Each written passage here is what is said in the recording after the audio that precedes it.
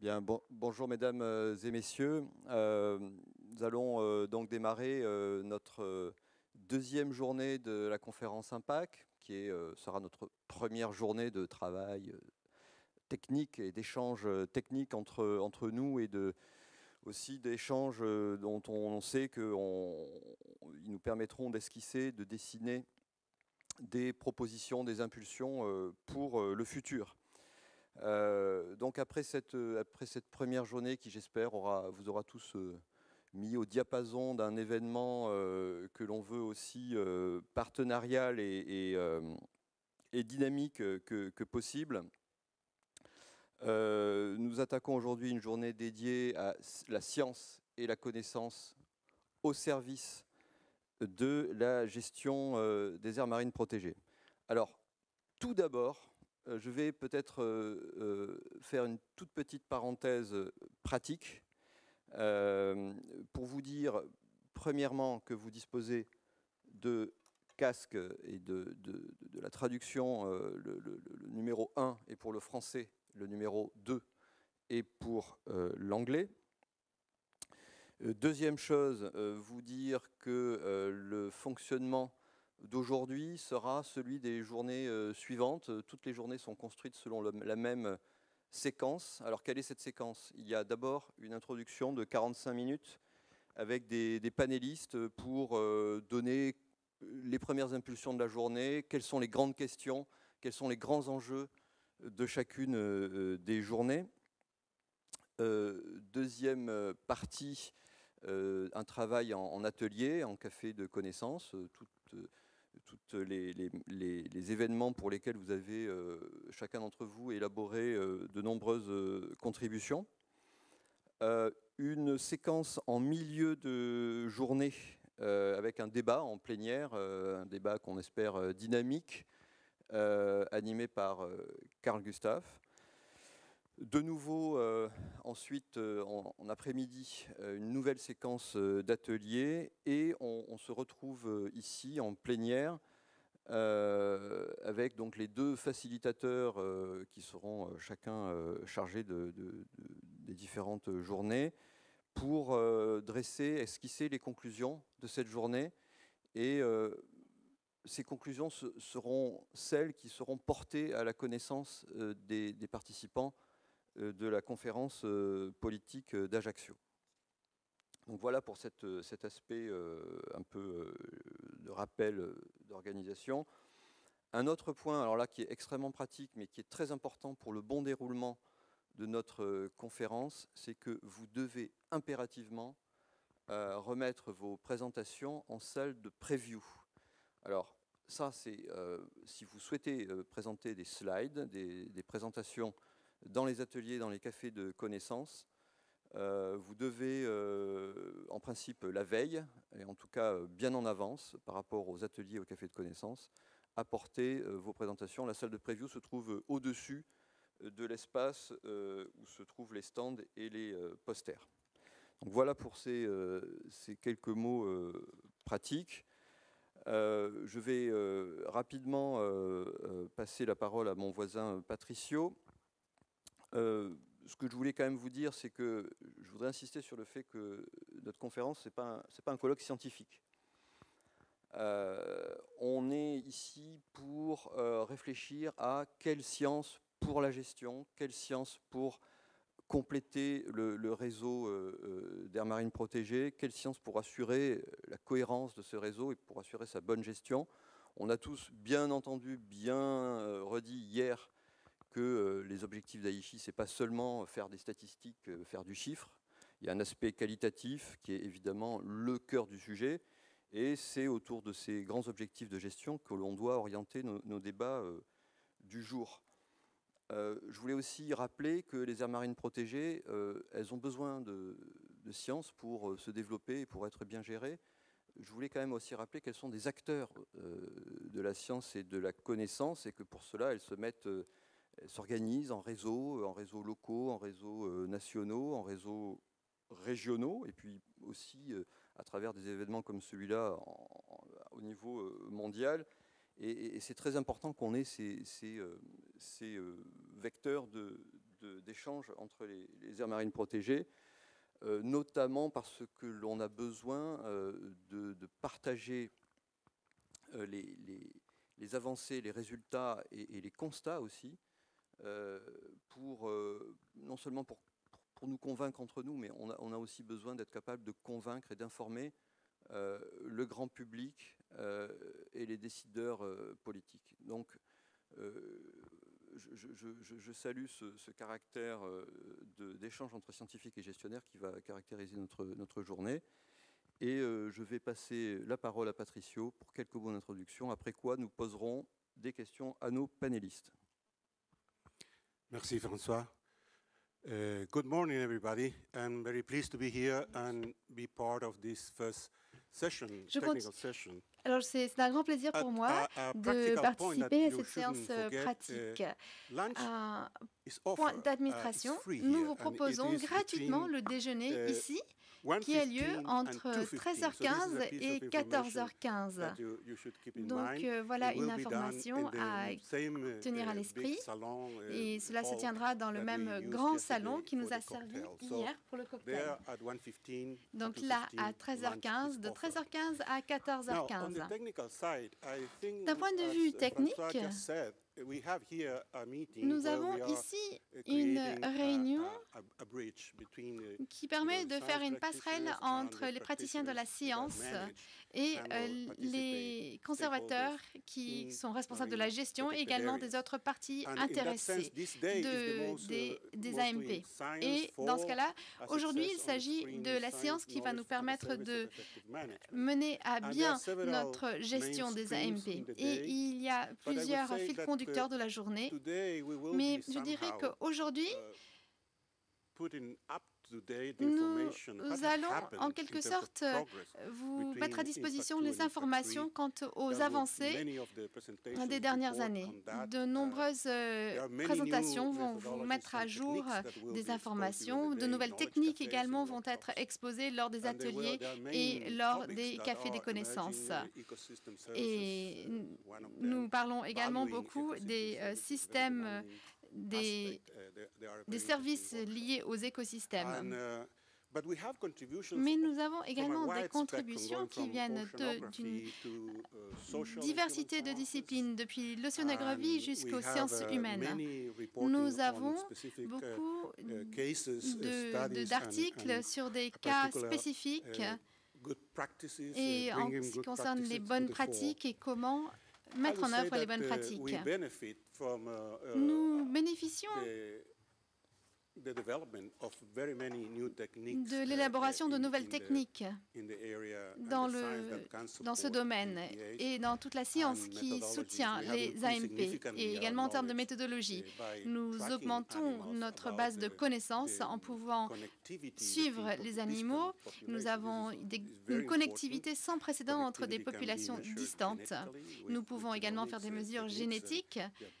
Nous avons des techniques de cartographie qui sont très belles et nous pouvons cartographier la diversité génétique de différentes populations et cela représente un magnifique travail. Nous avons également une connectivité biologique, les phénomènes liés à l'histoire de vie et cela, finalement, nous avons également aussi une connectivité écologique.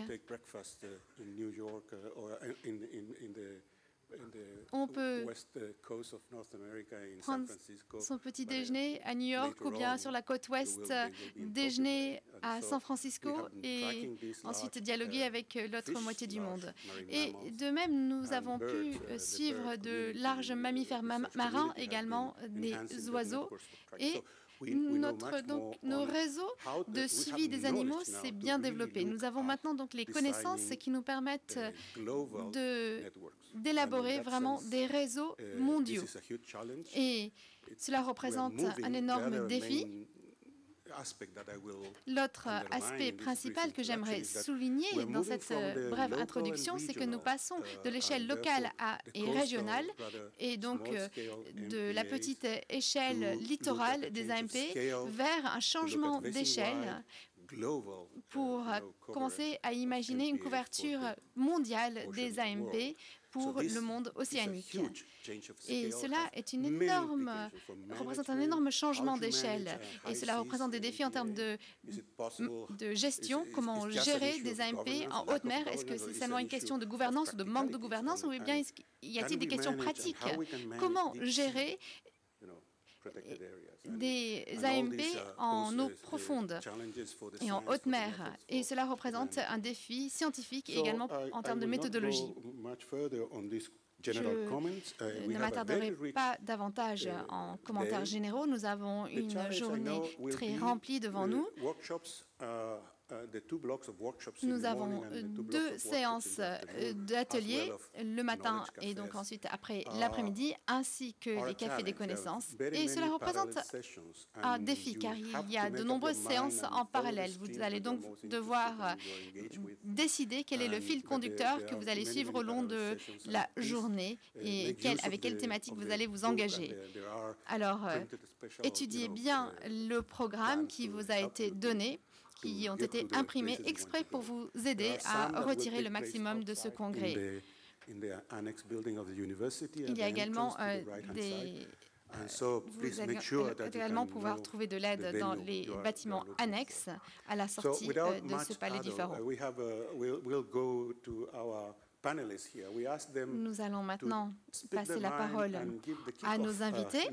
On va leur demander d'impulser un peu les idées de la journée à partir de la perspective de leurs propres pratiques et domaines de spécialité. Donc tout d'abord, je demande à David de commencer. Okay, thank you, Patricia. Morning, everyone. Merci, Patricia, et bonjour à tous. Alors, on m'a lancé le défi de démarrer cette séance. Et je pense qu'il y a 2 grandes questions que nous essayons d'aborder aujourd'hui. Et par rapport à la science, les connaissances et le soutien aux aires marines protégées. Je pense que la première question est assez large et en tant que scientifique, elle me paraît spécialement pertinente dans mon travail. Et c'est comment identifier et traiter et communiquer les informations et les connaissances. Et je ne veux pas seulement dire en tant que scientifique qui travaille dans un laboratoire, mais je veux dire la co-création de la connaissance et le partage. Et je pense que ça, c'est un défi majeur que nous allons devoir aborder au cours des séances de cette conférence. J'ai été beaucoup engagée dans l'étude de la résilience écologique et comment on peut s'en servir dans la gestion des AMP. Et nous avons une séance à ce sujet aujourd'hui.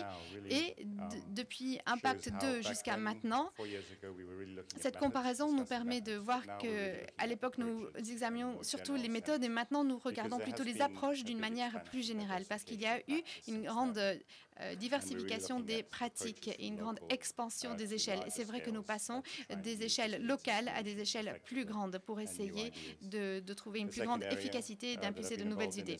Le deuxième domaine dans lequel j'ai été engagée, c'est le patrimoine mondial, les sites du patrimoine mondial en océan. Et nous utilisons cette étiquette pour motiver davantage de conservation marine.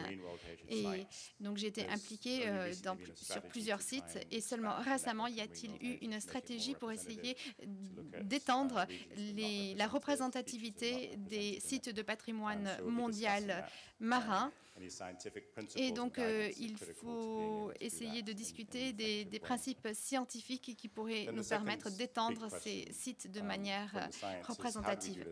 L'autre grande question scientifique, c'est comment le faire à grande échelle, parce que beaucoup de choses se passent à un niveau simplifié, que ce soit à petite échelle, que ce soit des études sur le terrain, ou que ce soit au niveau des modèles, que ce soit des modèles mathématiques ou des modèles cartographiques.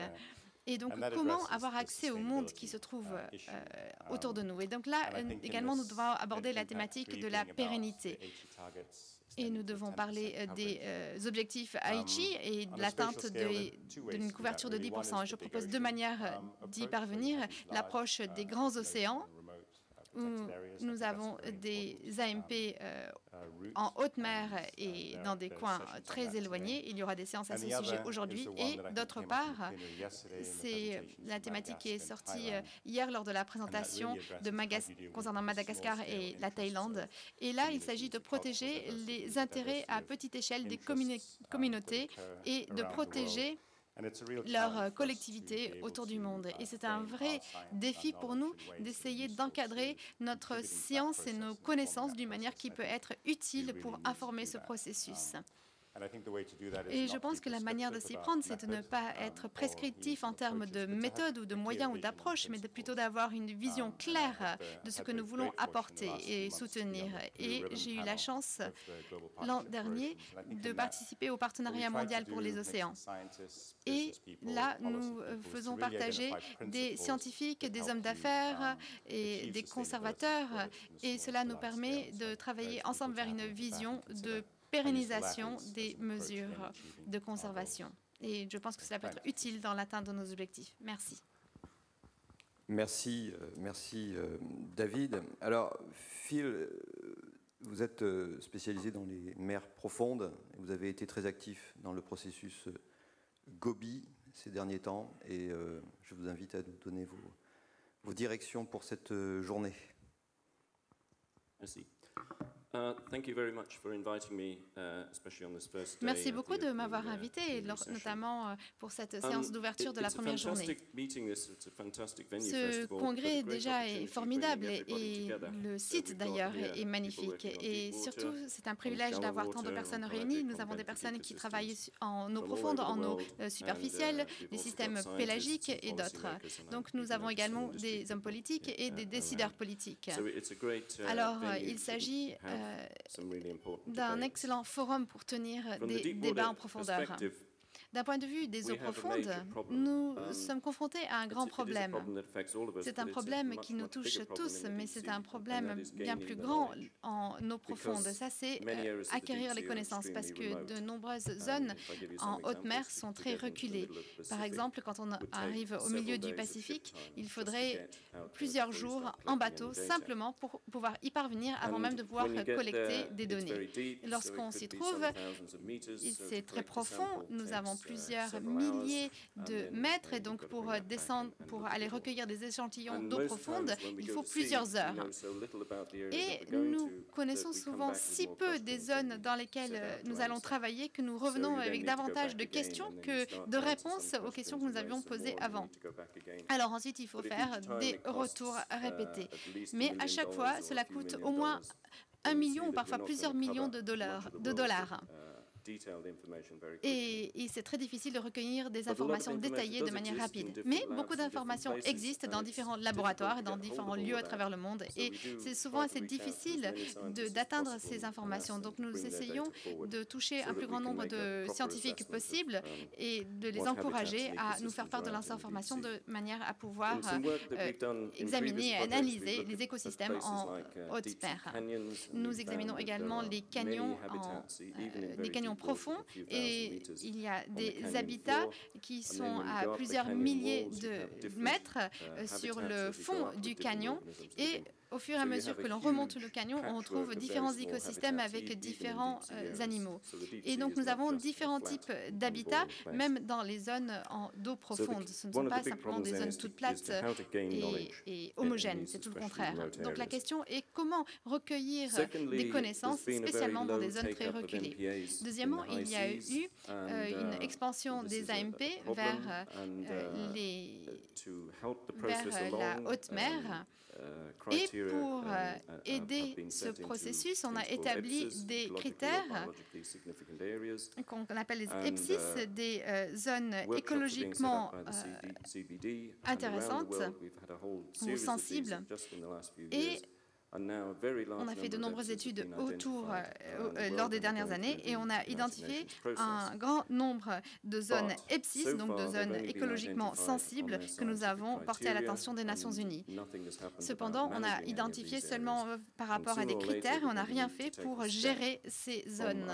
Et il viendra un moment, il faudra passer du moment de l'identification à ces zones au moment de la gestion de ces zones. Et peut-être qu'au sein de ces zones, il faudra peut-être créer des AMP, mais même ceux qui ne deviennent pas des AMP auront besoin d'une forme ou d'une autre de gestion au fur et à mesure que l'exploitation de la mer augmente.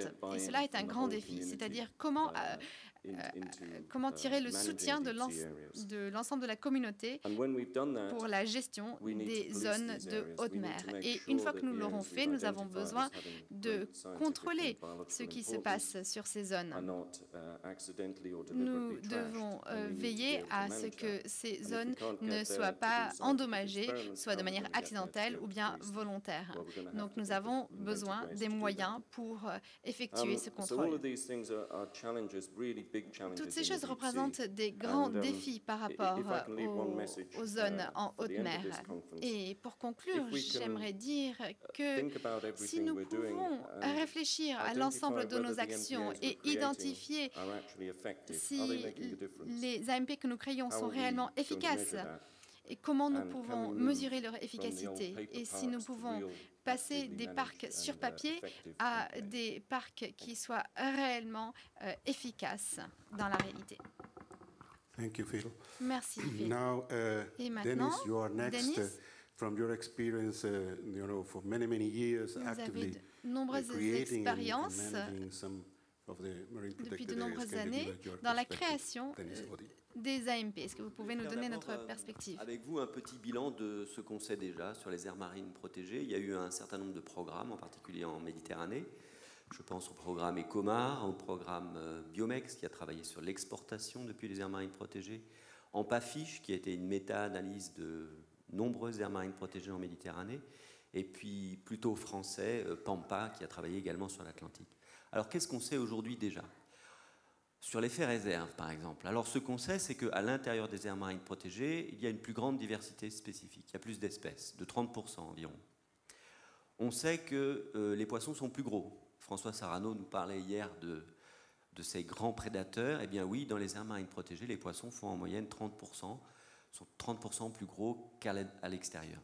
On sait qu'il y a plus de poissons.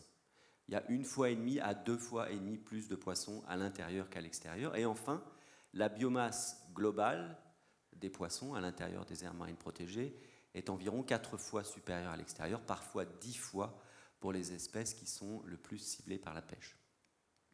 Pour ce qui concerne l'exportation, parce que ces aires marines protégées ne sont pas des coffres forts, elles exportent chaque année, et en particulier, elles exportent des larves, des œufs, d'autant plus que nous avons des grands reproducteurs, donc très fertiles, et elles exportent également des poissons adultes. On l'a mesuré avec des gradients au travers des périmètres et des frontières des aires marines protégées. On voit bien que ces grands poissons s'échappent pour aller coloniser les zones extérieures où ils sont d'ailleurs rapidement capturés par la pêche.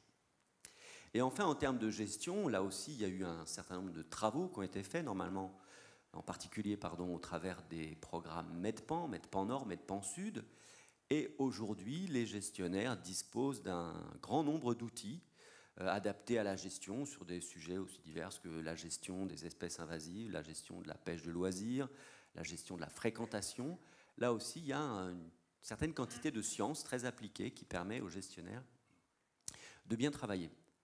Alors aujourd'hui, je dirais que ce n'est pas la science qui va limiter, en aucun cas on peut justifier de l'absence de science pour ne pas créer ou ne pas bien gérer les aires marines protégées. Il y a largement assez aujourd'hui de connaissances, et on voit d'ailleurs qu'entre les travaux méditerranéens ou les travaux mondiaux, on trouve à peu près les mêmes chiffres, ce qui prouve que ces connaissances commencent déjà à être un peu redondantes. Donc il y a largement assez pour avancer. Et le plus important aujourd'hui n'est pas d'en savoir peut-être plus, en tous les cas, pas.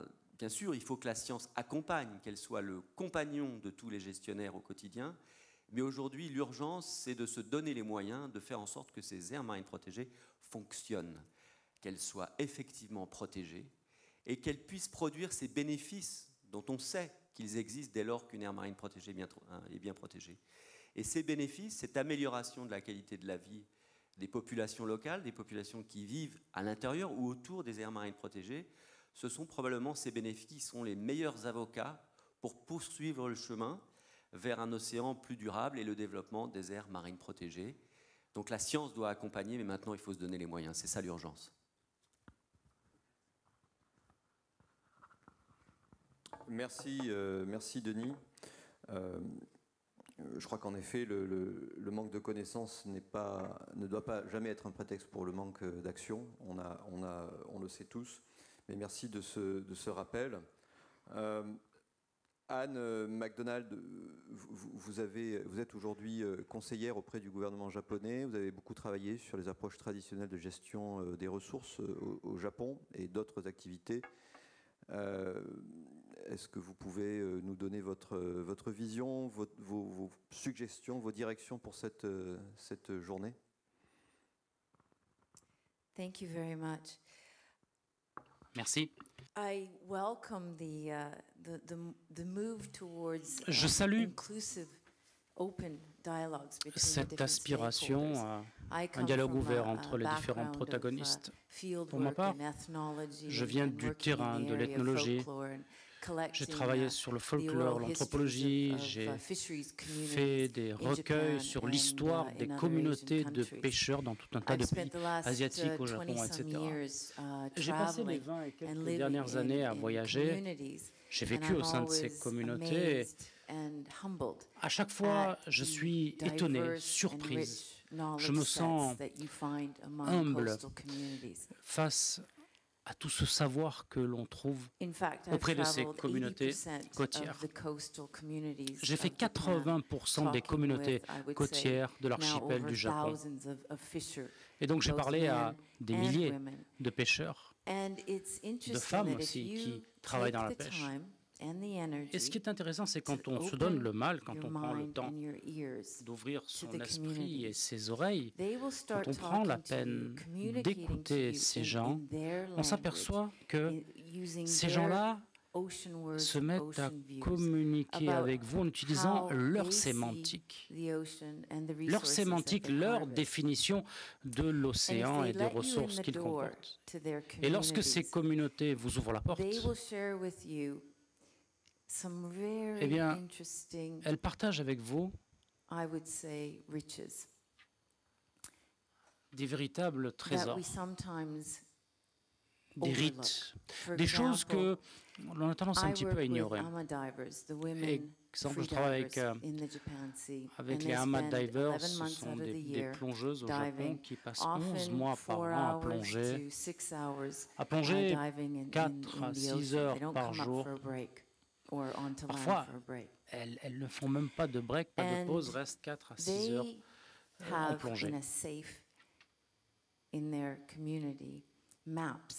Et elles ont des cartes dans un coffre, des cartographies marines dans leur langue qui repèrent les différents endroits sous l'océan, qui comportent leurs observations sur les courants, sur les habitats, etc., avec des observations des relevés saisonniers.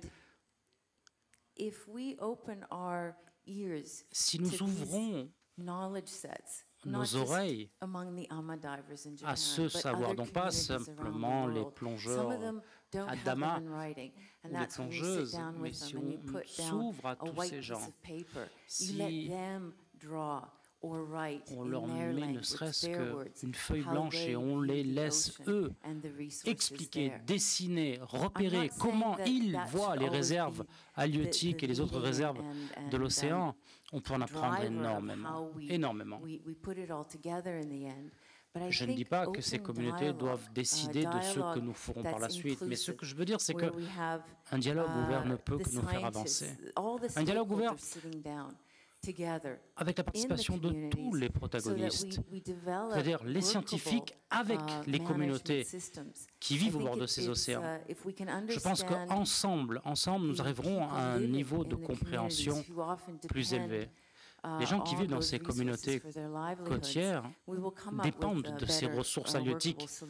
Il en va de leur vie et ces gens-là trouvent des solutions. La présentation faite hier sur Madagascar et la Thaïlande m'a impressionné. À travers ces exposés, nous avons bien compris tout ce qu'il est critique d'avoir une configuration et une mise en œuvre des AMP, le plus ouvert possible. Personne ne doit être exclu. Les communautés de pêcheurs qui vivent dans ces aires doivent être partie prenante dans le processus.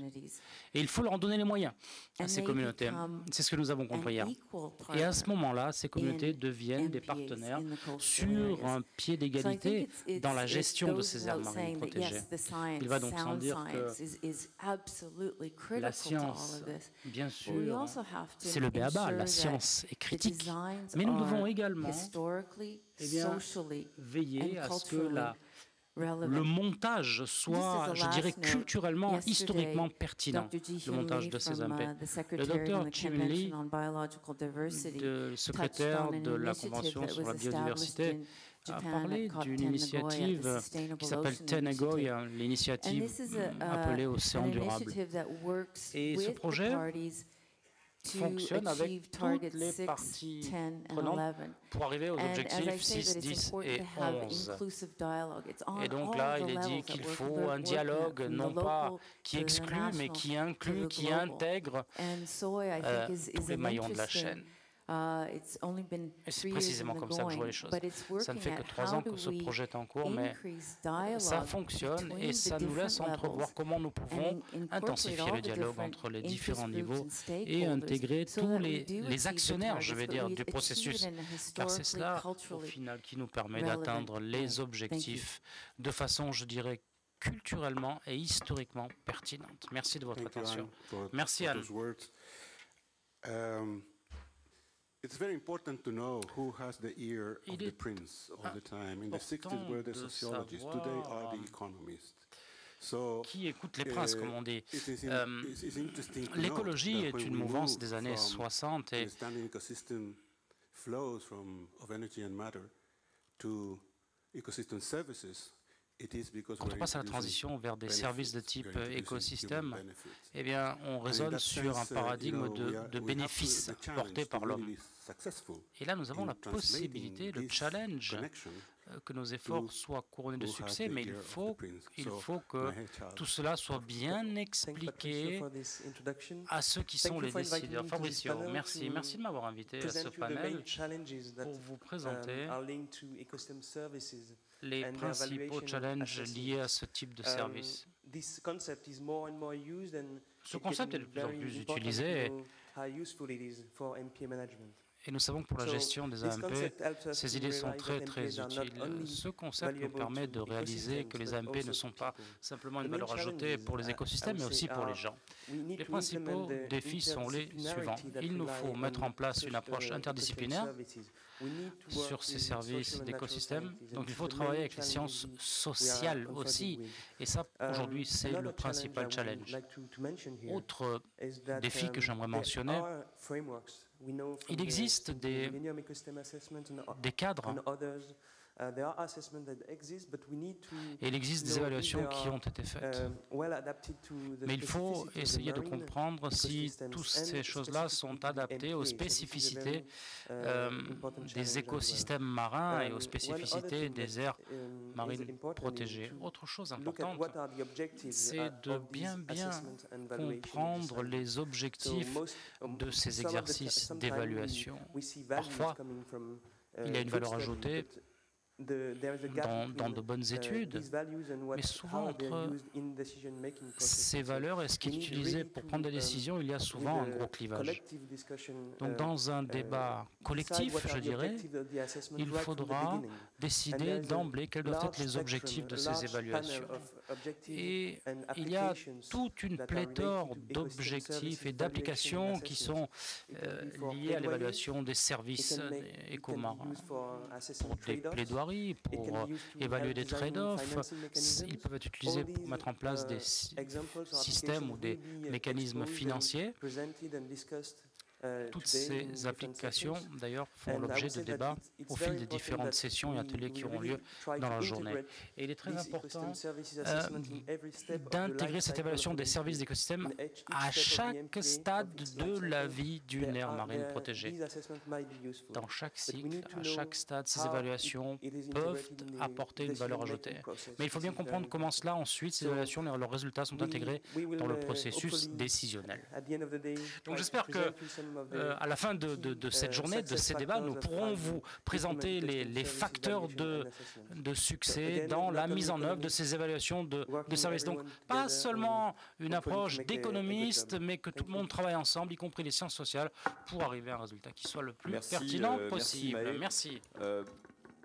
Grant, je crois que le sujet de la transmission vous est cher, et peut-être pourrez-vous nous en dire plus? Merci. My own background is in biological oceanography, but a long time ago I started to get drawn towards issues of public engagement and J'ai commencé à m'intéresser à la communication et à l'engagement public il y a déjà pas mal de temps, et ça c'est très pertinent en matière d'AMP. En Australie, lors de la première grande réunion sur les AMP, on se battait pour les définitions, on réfléchissait sur l'état d'avancement, où on était en matière de création d'AMP. Ensuite, il y a eu la réunion de Washington.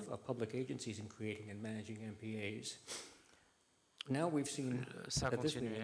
Aujourd'hui, il y a un processus de maturation que l'on peut observer. Aujourd'hui, nous sommes là pour essayer d'identifier tous les protagonistes, toutes les parties prenantes à ces processus. C'est vrai que là où il n'y a pas de gens, on crée rarement des AMP. Phil, je crois que c'est une exception puisque lui, il va en haute mer, mais la plupart d'entre nous, nous travaillons sur des aires marines où il y a présence humaine, présence de protagonistes. Mes collègues ne sont pas tous d'accord avec moi, mais je dirais que nous arrivons à un stade où la science nous permet d'identifier les grosses problématiques.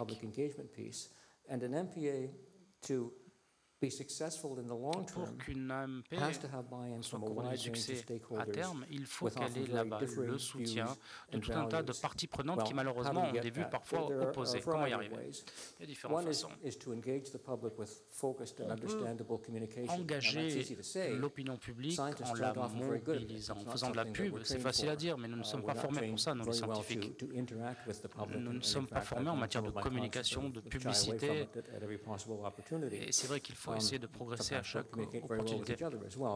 Nous avons déjà du mal à parler les uns avec les autres, entre scientifiques. La communication donc avec l'opinion publique est une partie essentielle de ce processus. Autre chose également essentielle, c'est maintenir un dialogue entre les parties prenantes pour une AMP potentielle. Et donc nous avons parlé du savoir-faire traditionnel, à quel point il est important d'en tenir compte. On a parlé aujourd'hui de culture, de tradition, de connaissance des traditions, la dimension sociale, nous en avons parlé aussi à propos des AMP. Donc on commence à comprendre la profondeur, l'importance de cette espèce de mise en place de connexion, de réseau entre les scientifiques, entre ceux des sciences sociales, les économistes, etc. C'est aussi le but de ce genre de réunion, c'est de mettre en place ce type de réseau, de jeter ces ponts, comme on dit, pour que de façon interdisciplinaire, ensemble, on puisse arriver à cet objectif de 10% d'AMP. Et puis il faut approfondir le niveau de compréhension de ce que sont les AMP. Il faut passer par des sensibilisations de l'opinion publique, mais il faut passer aussi par le système éducatif. Travailler sur des programmes universitaires, mettre en place des mécanismes qui permettent de mobiliser, de sensibiliser le public pour que les gens, les étudiants comprennent pourquoi nous voulons créer des aires marines protégées, ce qui facilitera la tâche. Denis a parlé du courage politique. Le courage politique souvent vient de la pression publique. Et la pression vient souvent de la compréhension par le public des problèmes de notre temps. Nous l'avons bien compris en termes d'éducation environnementale. Nous avons fait pas mal de progrès pour mobiliser les gens sur des thématiques comme le recyclage.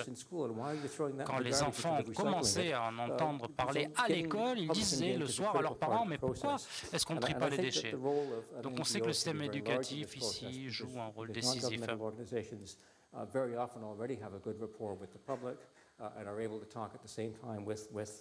Et donc là, les gouvernements, bien évidemment, doivent intervenir pour travailler avec le système éducatif et aussi les décisionnaires. Un exemple de communication, de ce qu'on pourrait faire à l'avenir. Dans ma province au Canada, il y a une petite communauté free will that it wanted to investigate the possibility of having an MPA designated in its area.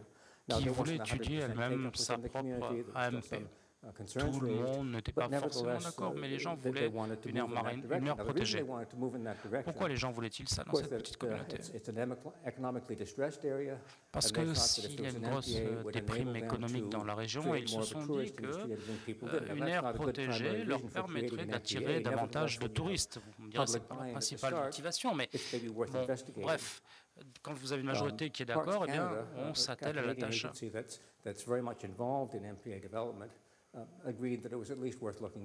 Et puis bon, le dossier a été instruit, des fonds ont été trouvés pour des études de faisabilité, pour voir s'il y avait vraiment une motivation à créer une aire protégée au sein de cette communauté. Et puis les gens ont commencé à se parler, et puis les gens ont compris qu'il y a plusieurs niveaux gouvernementaux devaient intervenir. Les services de pêche, etc. ont participé, sont allés voir le gouvernement local, de province, comme on dit au Canada. Ils lui ont expliqué ce qu'il fallait faire pour avoir une AMP. Et puis, sur la décision de faisabilité, le gouvernement a dit aux gens, en fait, il n'y a pas de faisabilité, on a décidé ça il y a 6 mois, mais on a juste oublié de vous le dire. Vous voyez l'importance de la communication.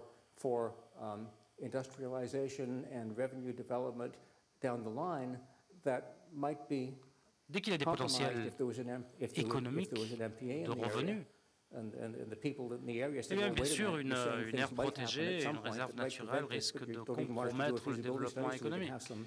Donc dans ces situations-là, en général, on est mal barré pour ainsi dire.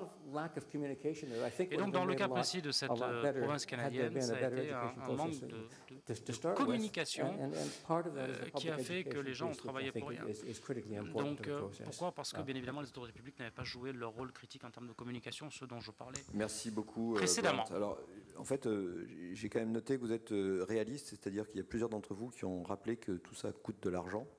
Et vous êtes plusieurs à aussi affirmer, bien sûr, qu'on a besoin de pouvoir mettre en œuvre cette acquisition de connaissances. Phil citait le cas des campagnes au large pour le profond, et c'est vrai que c'est un sujet absolument fondamental. Mais pour nous remettre dans le champ de la journée d'aujourd'hui, qui est une journée scientifique, Maë nous a aussi rappelé qu'avec les services écosystémiques, on peut aussi avoir une analyse de la valeur et, comment dirais-je, une démarche permettant de travailler sur des mécanismes de financement, et ça c'est absolument fondamental.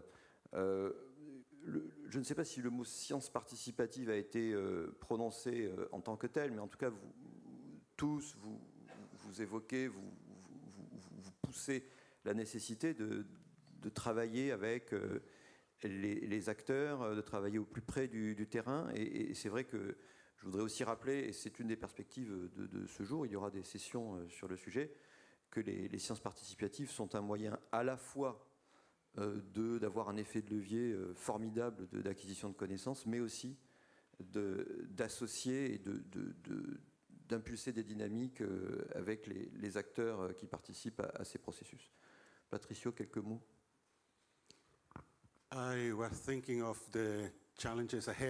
Je pensais aux défis qui nous attendent. Nous voulons commencer à l'heure, à 10h pile pour les ateliers. Je sais qu'il faut un peu de temps pour trouver les salles de réunion. Donc ce sera le même format tous les jours, avec une plénière le matin, une plénière à 14h30 et une dernière plénière ou une synthèse à 17h. L'idée, c'est que la synthèse du jour 1 alimente le jour 2, que le jour suivant soit toujours alimenté par les constats, les observations de la veille, pour qu'il y ait un déroulement linéaire. Et le tout, bien sûr, sera ensuite exploité à Ajaccio, en Corse, lors de la conférence. Donc je veux que ce soit un congrès sur les sciences participatives, mais aussi un congrès très participatif. Bon, c'est vrai que je n'ai pas donné l'exemple en vous passant la parole, mesdames et messieurs. Je ne vous ai pas posé la question de savoir s'il y avait de votre côté des questions. Je suis désolé, mais je souhaite que, bien sûr, les ateliers, les workshops soient très, très interactifs. Je crois que c'est ça la volonté, que ce soit participatif au niveau des workshops, au niveau des Knowledge Café. Vous avez aussi d'autres sessions qui vous donneront de nombreuses possibilités de réseauter. Nous sommes là pour renforcer le réseau des AMP, mais nous sommes là aussi pour renforcer le réseau entre les parties prenantes, les gens. Donc tous ces workshops, tous ces groupes qui vont se réunir ont énormément de dénominateurs communs avec d'autres. Et le but, c'est ça. C'est aussi qu'entre les sessions, il y ait des échanges. Le congrès, ça n'est pas que le congrès, pour ainsi dire. Il faut que toute cette valeur ajoutée, tout ce savoir, tous ces échanges d'informations permettent d'étoffer le réseau que nous constituons, que nous avons constitué, que nous avons élaboré. Je vous souhaite donc une fois de plus la bienvenue à cette deuxième journée du congrès. Je crois que pour reprendre l'analogie du trafic aérien, nous venons de décoller, nous sommes en train de prendre déjà pas mal d'altitude. Et je tiens aussi à remercier les panélistes pour leur implication dans cette session d'introduction. Merci.